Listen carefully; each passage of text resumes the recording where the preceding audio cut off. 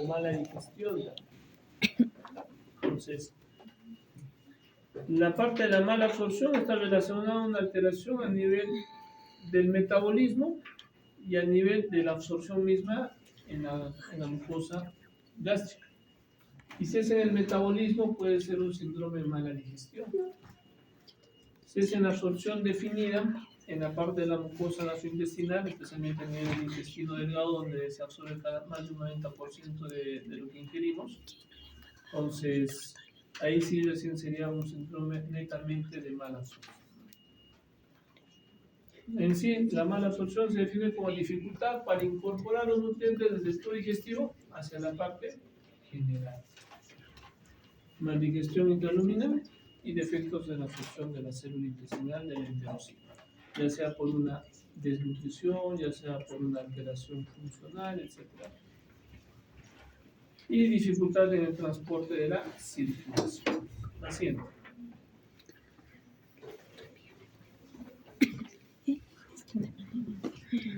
Para que no tengamos una buena absorción, tiene que haber una alteración a nivel intestinal siquiera de aproximadamente un 80-90% de su función.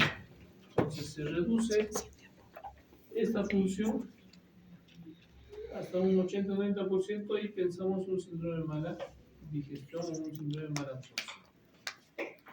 Y de hecho hay varias entidades, como decíamos, ojo, no solamente en el metabolismo, no solamente en la absorción, sino también inclusive en la parte estructural. Síndromes de intestino corto, pacientes operados de cuadros intestinales que van a resecar una gran parte del intestino, que va a depender inclusive del tamaño y que va a depender del hecho de preservar la válvula ileocecal. Es diferente de que de los casi 7 metros de intestino delgado te saque unos 5 con válvula ileocecal, puede que no te dé un síndrome de intestino corto. Pero si no tenemos la válvula ileocecal y nos han sacado un metro de intestino delgado, puede que tengamos síndrome de intestino corto. Pero doctor, no entiendo. Si en el otro paciente le han sacado casi 4 metros y en el otro le han sacado 1 metro, uno sí tiene más riesgo de hacer síndrome de intestino corto y el otro, que le han sacado más grande el intestino, tiene menos riesgo por la preservación de la válvula ileocecal. La válvula ileocecal es como un stop que nos ayuda a contener de que ese jugo gastrointestinal, más los nutrientes, más todo lo que está en proceso de digestión a nivel del intestino delgado, se vaya muy fácilmente hacia el colon. Entonces, poco a poco va eliminando, ¿no?, para la formación de las heces. Pero si no tenemos esa válvula, por más que tengamos más intestino delgado, igual es como una puerta abierta que va a empezar a fluir de forma frecuente. Y eso condiciona síndromes de intestino corto. La siguiente. La siguiente. En la parte fisiopatológica vamos a ver de que la fase luminal juega un papel muy importante, porque está relacionado a la digestión de los nutrientes, tanto de carbohidratos, que nos van a ayudar a digerir, a monosacáridos o a sustancias más complejas, a moléculas más pequeñas, las proteínas, a monotripéptidos y las grasas, ácidos grasos. La siguiente. En la fase de la mucosa y en la fase luminal, en la luz del intestino delgado, en sí en el intestino delgado juega un papel importante la absorción y la producción de secreciones de jugos pancreáticos, desde la saliva, el jugo gástrico, que va a desembocar a nivel del duodeno. Entre la saliva y el jugo gástrico casi 1,5 litros, y el nivel intestinal como tal, desde la parte biliar, desde la parte pancreática y el mismo, la misma mucosa del tracto del intestino delgado va a producir más de 8 litros. Entonces, en juego hay como casi 10 litros que van a absorberse y van a secretarse a nivel del intestino delgado. va a llegar al colon aproximadamente 1 litro, entonces absorbe más de 8 litros a nivel del intestino delgado. Esta absorción se hace mucho más efectiva en el yeyuno, en el ileum, que en el duodeno. En el duodeno más bien es la secreción y la digestión de todo lo que hemos comido, acompañado de la salida de bilis, jugo pancreático y jugo gástrico. Entonces es importante este grafiquito porque nos ayuda a manejar y a ver bien cómo es el proceso de la digestión. Y dónde hay alteraciones a nivel del ayuno y del ileum cuando hay síndromes de mala digestión y mala absorción. Así es. ¿De qué va a depender? De que tengamos una buena digestión, una buena absorción del enterocito y de las células a nivel del epitelio intestinal. Entonces vamos a tener varias células, varios tipos de células, desde las células de absorción a nivel superficial, células caliciformes, enteroendocrinas, regenerativas, las de Panet. Todas estas células son enterocitos, ¿verdad? Que nos van a ayudar tanto en la protección, tanto en la producción de jugo intestinal, en la absorción, en la parte hormonal inclusive también, que va a ser de estímulo a otras células y a otros órganos, como a nivel duodenal. La parte del enterocito estimula la secreción pancreática, estimula la contracción vesicular para la secreción biliar. La siguiente.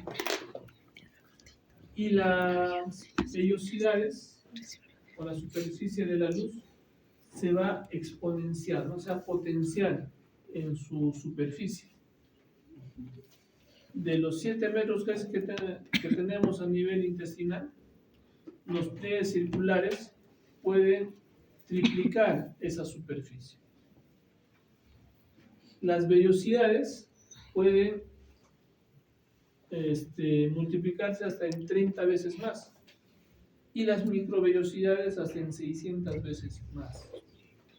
Entonces la superficie puede ser pues mucho más grande de lo que aparentemente vemos, hasta 600 veces más la superficie de absorción a nivel del intestino delgado. La siguiente. ¿Qué es lo que se absorbe de acuerdo a la estructura del tubo digestivo? En el estómago, el alcohol. Por eso te dicen, come antes de tomar. Si no, te va a coger rápido. ¿Sí o no dicen eso? Los papás no le dicen, si vas a tomar, come antes. No te coges. A nivel del intestino delgado se absorbe la gran mayoría de nutrientes, desde carbohidratos, lípidos, proteínas, vitamina B12 a nivel ileointestinal. Y en colon se absorbe agua, algunos ácidos grasos, o ácidos biliares, sodio, potasio, electrolitos y la formación de heces, ¿no? Y en el resto se llena todo lo que no hemos absorbido, todo lo que se ha formado de heces y eliminado. Entonces casi un 90 o un poco más de la absorción se produce en el intestino delgado, acompañado de la digestión. La siguiente. Vamos a tener las fases de transporte, una fase sanguínea y una fase linfática. La fase sanguínea, donde van a ir especialmente lo que son los carbohidratos y proteínas, y en la fase linfática la parte de los lípidos, ¿no? La siguiente. Entonces, los hidratos de carbono, vamos a ver que en la dieta vamos a ingerir como sustancias mucho más grandes, la glucosa, la lactosa, fructosa, sorbitol, que van a ser monosacáridos, que van a empezar a dividirse desde la lactosa, sacarosa, maltosa, y estas desde los almidones, desde las dextrinas, el glucógeno, y la fibra juega un papel muy importante, porque estos polisacáridos no se van a absorber de forma efectiva si nosotros consumimos fibra. ¿Qué quiere decir eso?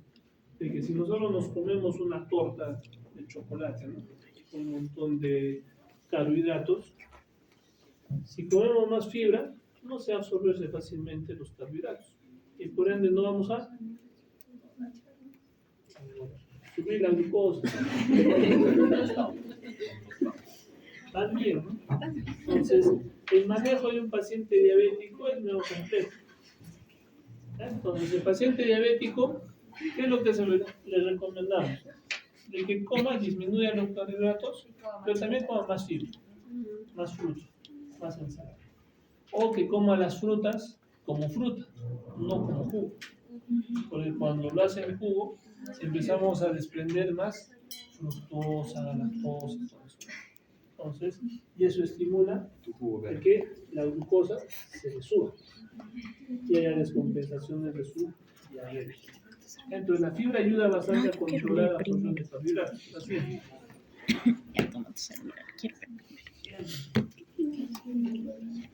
Entonces, la digestión de los carbohidratos comienza en la boca con la amilasa salival, la amilasa pancreática, a nivel intestinal, inclusive a nivel gástrico también.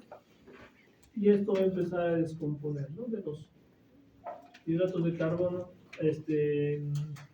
los carbohidratos, a disacáridos y a monosacáridos. A nivel de la membrana del enterocito se desprenden las disacáridas de membrana que va a descomponer a monosacáridos que van a ser absorbidos por el enterocito para llegar a la circulación celular. La siguiente.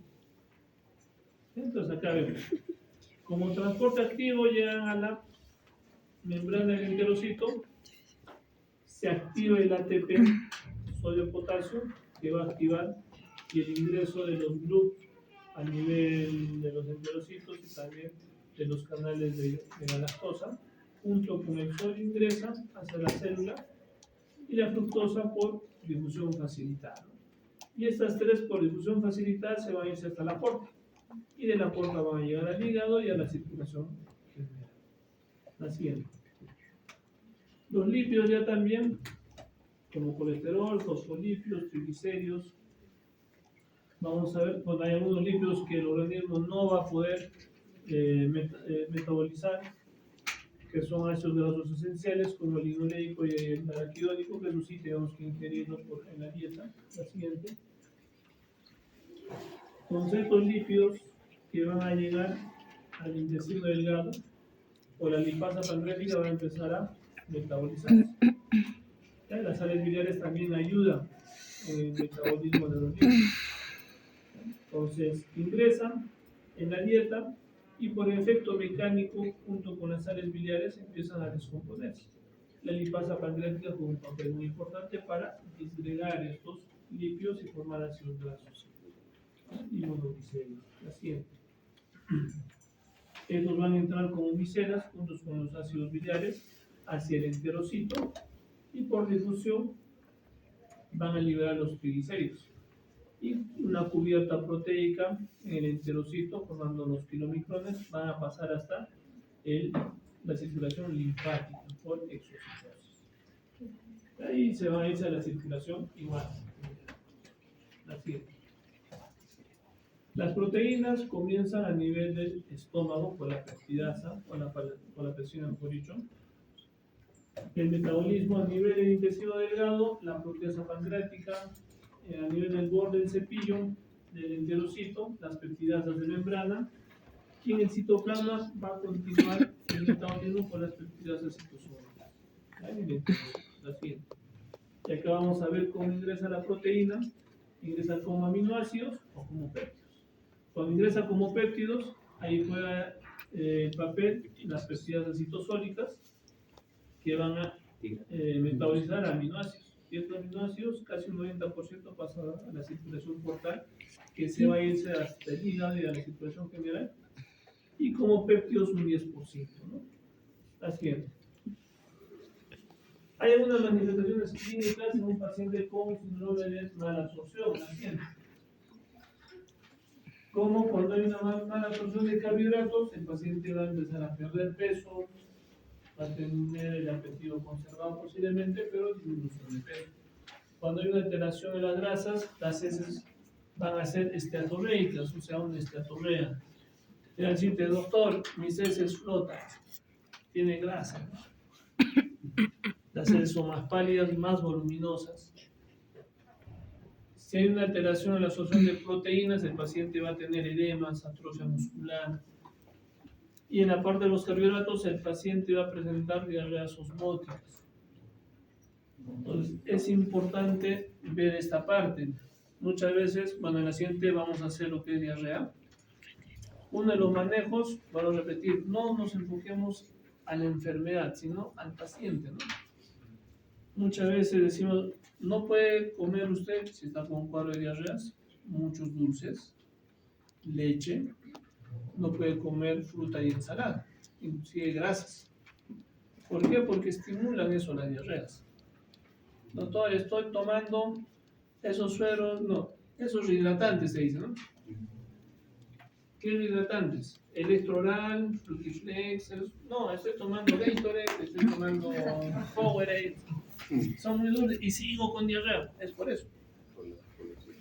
Por el azúcar que tiene esos hidratantes, que es diferente a sueros de rehidratación oral, que son sueros que tienen mayor concentración de electrolitos, pero menos azúcares.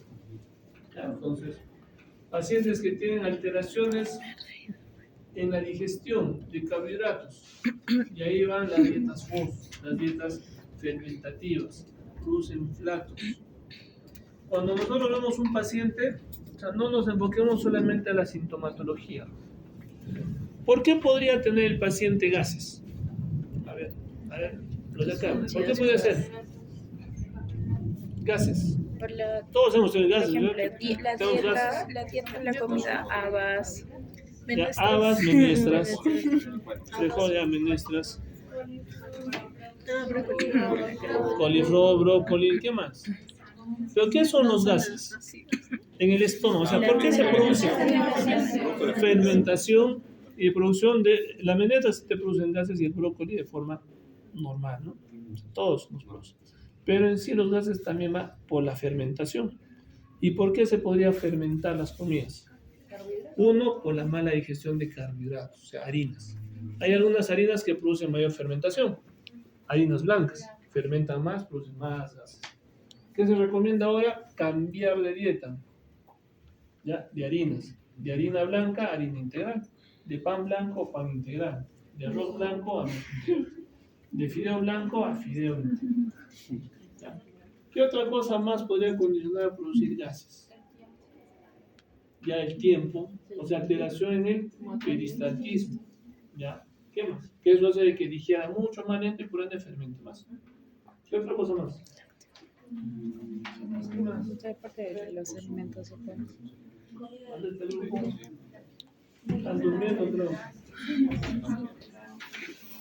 Ya, ingesta de alimentos que tienen gases, o sea, gaseosa. Agua con gas. ¿Qué más? ¿Qué es lo que ingieren ustedes acá en el cafetín? Grasas, café, ¿qué más? Contaminación. Contaminación. Debe tener parásitos, bacterias, y es mucho más alto. ¿Y eso qué hace? Que se fermente la comida más fácilmente, quedan gases también. Entonces, un paciente que paciente con gases puede ser algo infeccioso, parásitos, bacterias, virus. Paciente con gases puede ser algo funcional, síndrome de mala digestión. Come algo, no digiere bien, se le fermenta. Cuadro de síndrome intestino irritable que también vamos a ver. Ya también produce gases. Dispepsia también produce gases. Y cuadros orgánicos, ¿no? Colon, alteraciones en el tránsito intestinal, megacolon. A ver, levante la mano, ¿qué son estenidos? Felizmente no. Felizmente no. Pero más de la mitad de la población que vive en la sierra es estado crónico. Tiene un megacolon. El colon es mucho más grande. Y peor todavía de la parte de más allá, ¿no? De Sicuani, de Puno. Son más extendidos, el colon es mucho más grande. Y eso hace de que se estriña más, sea mucho más lento y haya más espacio para que fermente la comida. Y tiene más gas.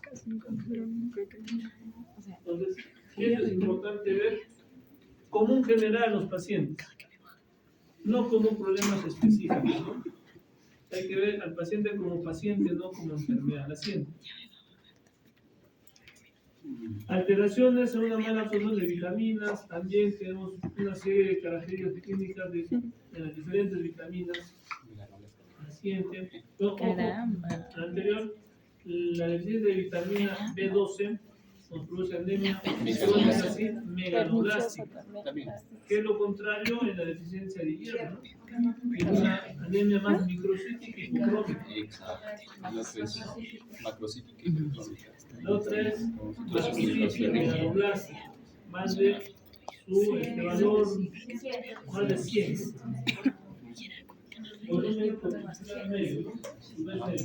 Yo lo sigo también. Pero no. Acá también calcio, vitamina D, ácido fólico, vitamina K, vamos a tener algunas características importantes.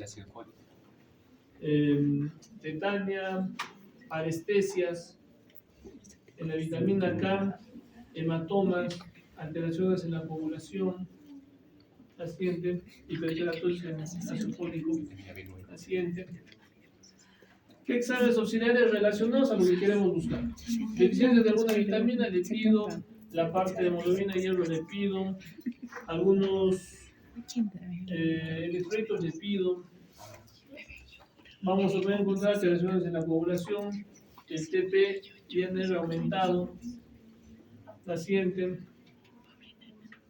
Algunas pruebas específicas que tomamos en cuenta en pacientes con síndrome de mala absorción, la siguiente. Vamos a ver alteraciones en la parte de las grasas. Hay muchas pruebas que podemos tomar en cuenta, pero de forma práctica lo que tomamos es el SUDAM. SUDAM 1, SUDAM 2, eso es mucho más fácil. Hacemos un copro funcional y nos reportan si hay o no hay grasas en las heces, ¿no? Y ahí está SUDAM positivo o SUDAM negativo. La siguiente.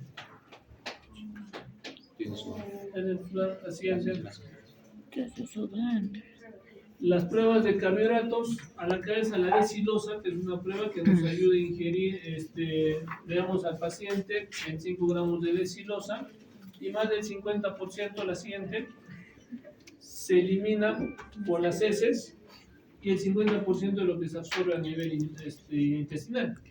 El 25% se metaboliza en el hígado y el 25% se elimina por la orina.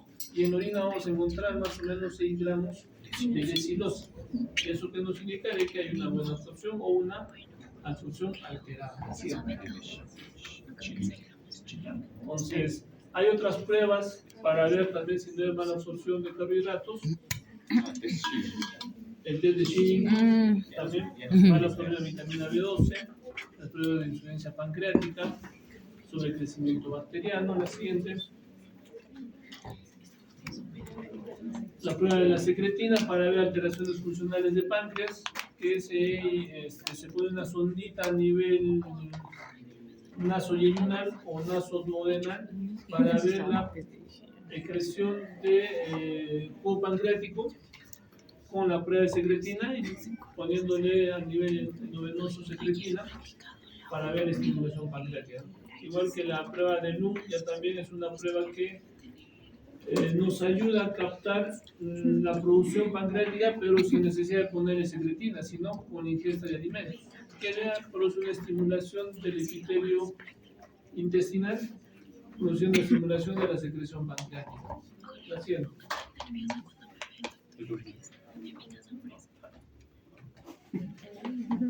Otras pruebas en sangre que nos ayudan a medir la cantidad de algunas enzimas pancreáticas, que de forma rutinaria no se hacen, y algunas pruebas de elección enzimática también, ya sea con carbono 13, carbono 14, etc. Así es.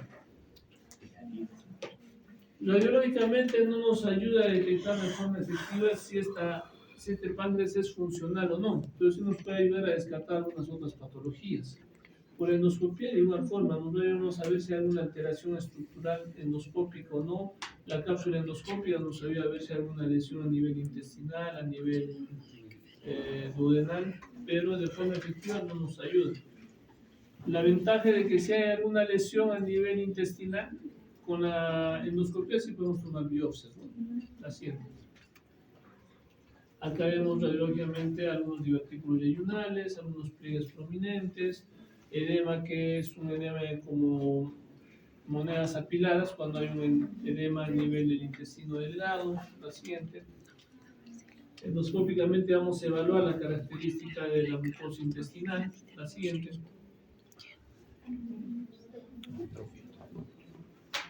La biopsia a nivel intestinal nos va a ayudar a saber atrofias en las vellosidades.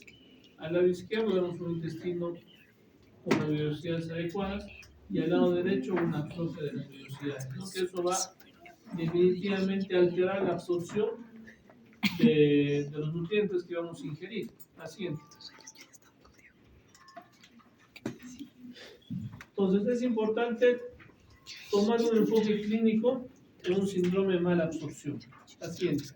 ¿Qué es lo que vamos a hacer? Si sospechamos un síndrome de mala absorción, vamos a hacer algunas pruebas de cuantificación de grasa fecal. Ahí está el test de Sudán. Si es positivo, podemos hacer a la par una prueba de silosa para la parte de carbohidratos. Si es positivo, algunos estudios morfológicos. Si es negativo, podemos hacer pruebas de función pancreática. Si las pruebas de Sudán son negativas, podemos hacer unas pruebas específicas dependiendo del enfoque que le estamos dando, que es menos frecuente que sea un cuadro de un síndrome de mala absorción.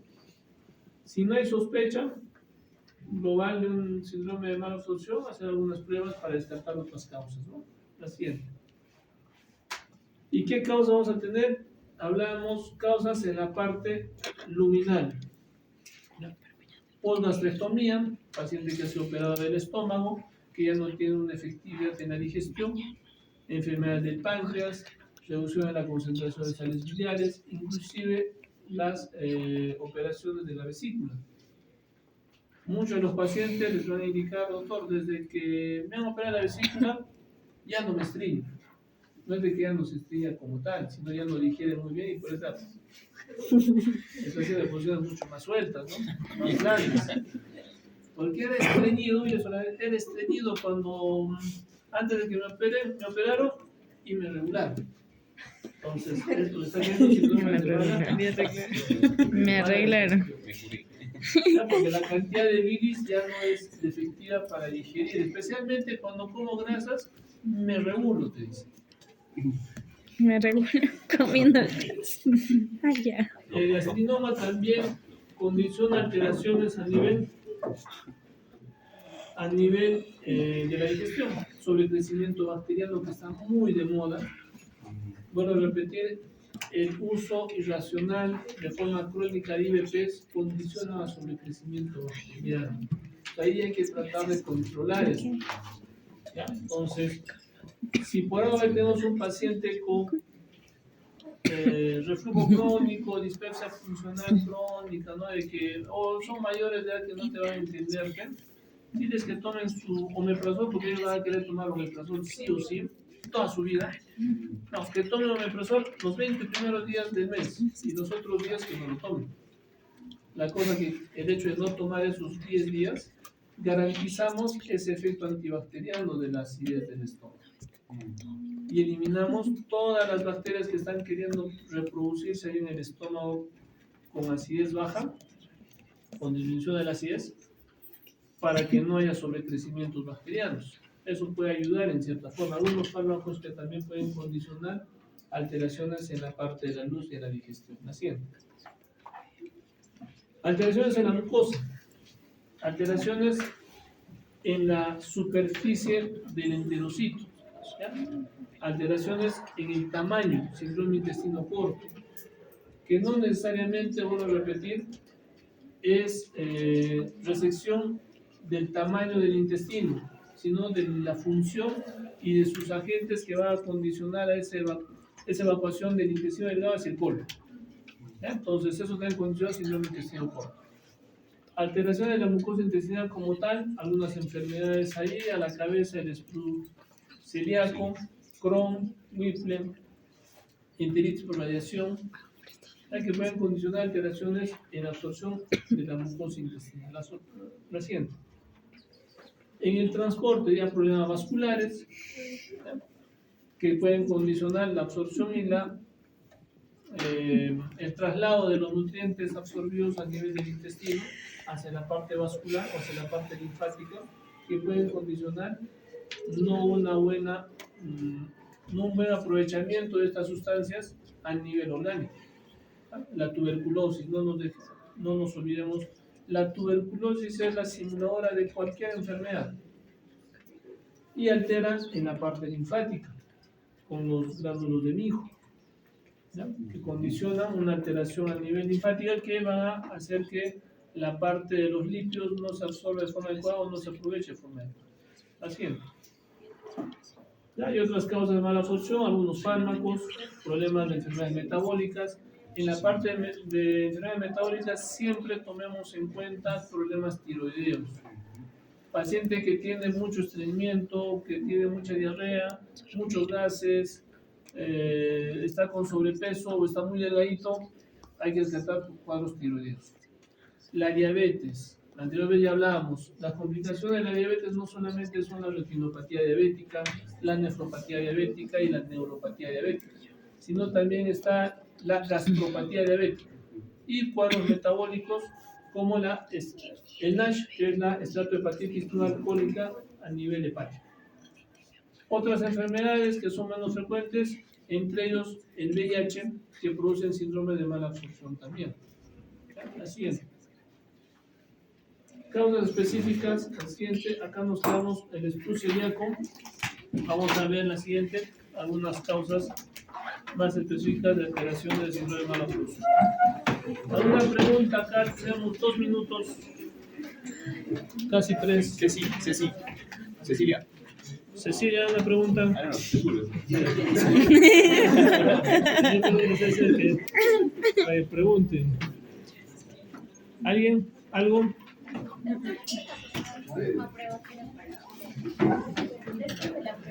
Bueno, ¿y por qué no escucho nada? No le decimos lo que... Ay, qué bonito tuvo un examen. Me fue súper bonito y le digo, adivina quién me fue por. ¿Me entiendes? Dije, adivina quién tenía el rey mío. Adivina quién me tenía el todo el 25%. ¿Y eso? Sí.